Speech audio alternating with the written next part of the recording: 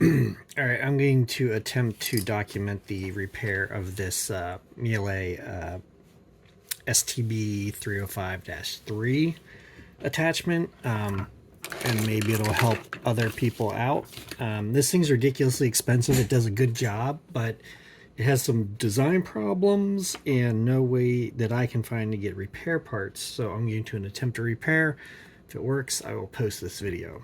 I've already taken this apart, but there are other teardown videos for this online that you can look up. But the important part is you have to pop out all four wheels, just pry them out, and you need a Torx screwdriver to get the screws out. 2, 4, 6, and I think it's a Torx 10, if I recall.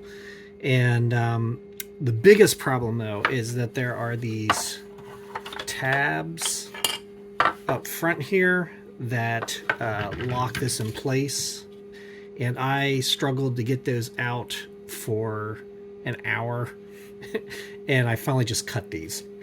And I think with the screws it'll go together fine. Previous versions of this model did not have the tabs, it just had the screws. So I just gave up and cut them out, and you can decide what you want to do. After that, everything else comes apart relatively easily.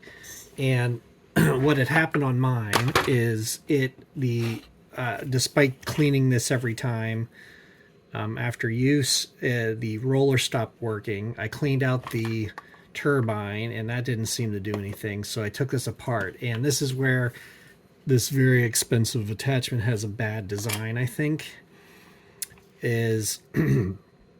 Has these guys, so I have these steel pins that the brush ride inside of these are inside the housing, and what happens is hair and other stuff gets down in here, and there's no way to get to this without completely disassembling the attachment, and it gets so packed with crud that it starts to heat up and it will melt these, and that's exactly what happened here. These are number 634 sealed bearings, and I got them to fit this shaft, and I measured so that they would fit inside of here. I got as close as I can. It's a sloppy fit, so we're going to deal with that when we get to that. So we're going to do some modifications, try this out. I figure it doesn't hurt anything because otherwise this is junk anyway. So my first step is I'm going to drill out this old melted part and this old piece. So I'm going to use a step bit.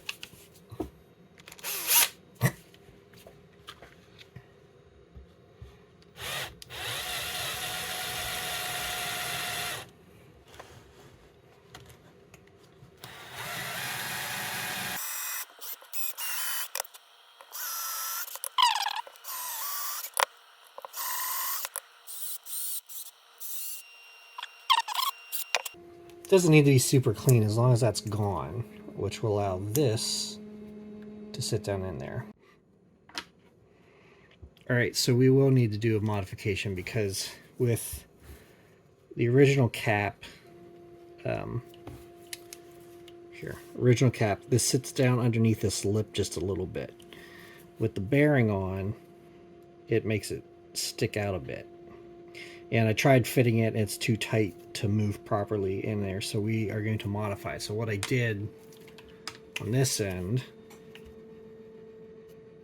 is I cut off this lip. So you can do that, at least on mine.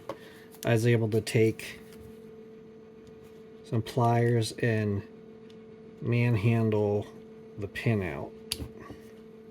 All right. And I'm just using a razor saw here, and we're going to just cut this off flush.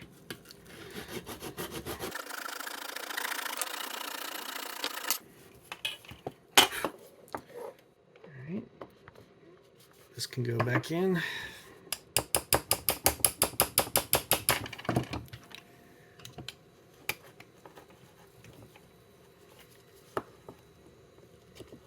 Careful when you pull it out the pliers that you don't mangle it too badly, because then your bearing may not go in. So now what we need to do is just get this mounted inside the hole.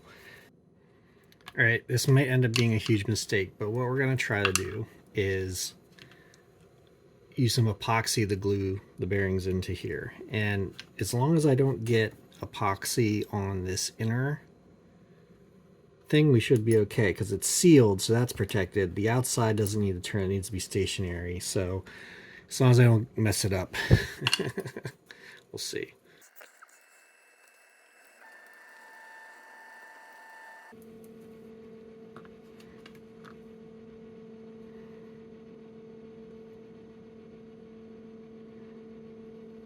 So as long as I put on this outer ring, it's not going to reach that inner portion, so that should be fine. I'm just going to kind of goop it in there so it'll squish out around the edges.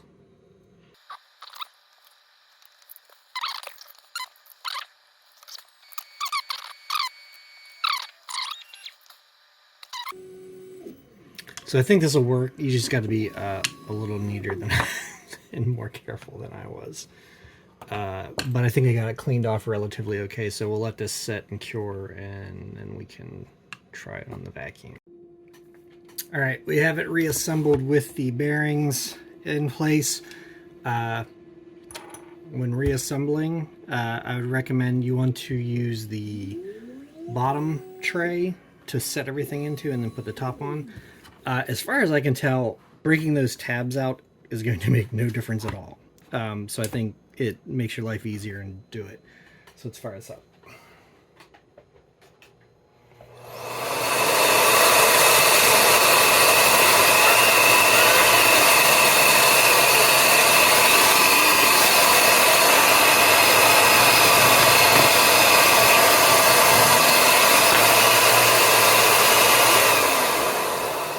I think we're good. That seems to be, it wasn't moving at all when I disassembled this. So we're gonna see how this works out in the long term, but it might help you revive your, what, $145 attachment. I'll put some links to the parts that I used in the comments in case you wanna use them. The bearings, I think were okay. The fact that they had to be glued in was kind of a pain, but we might be able to find a larger outer diameter bearing that would fit better, but this seemed to do the trick. So so yeah, so that's fixing the STB 135, whatever it was. STB 305-3. Yeah.